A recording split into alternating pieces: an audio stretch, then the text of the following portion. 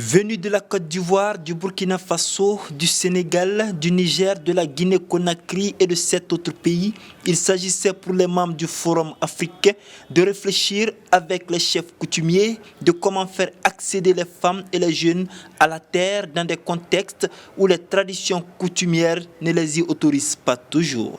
Le constat est que jusqu'à 80% les fonciers est géré de façon coutumière. Donc c'est ce qui nous a poussé à inviter les chefs coutumiers, les femmes, les jeunes.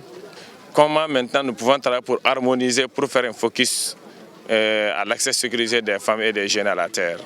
Cette rencontre est aussi l'occasion de partager les avancées et les difficultés des pays en vue de trouver des réponses communes à une problématique commune.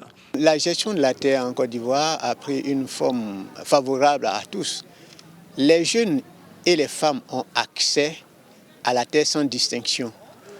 Les femmes, chacun ou chacune a un lopin de terre dans sa famille. Mais aujourd'hui, il y a des territoires effectivement où, en tout cas, les femmes sont bien favorisées avec des parcelles de production communes qui sont mises à leur disposition pour la production. Mais quand ça passe à un niveau individuel, parfois il y a quand même pas mal de problèmes. Les cibles de cette rencontre apprécient l'initiative qui, selon elles, n'est que justice à l'endroit des vrais producteurs. 80% de la production se fait par les femmes et puis les jeunes. Et ces femmes et les jeunes, quand ils ont la terre, donc c'est pour faire face à l'alimentation de la famille, à l'alimentation de la population. Les femmes espèrent qu'au terme de ces travaux, les lignes vont bouger en leur faveur pour un accès libre et sécurisé à la terre, ce qui selon elles est d'ailleurs un droit.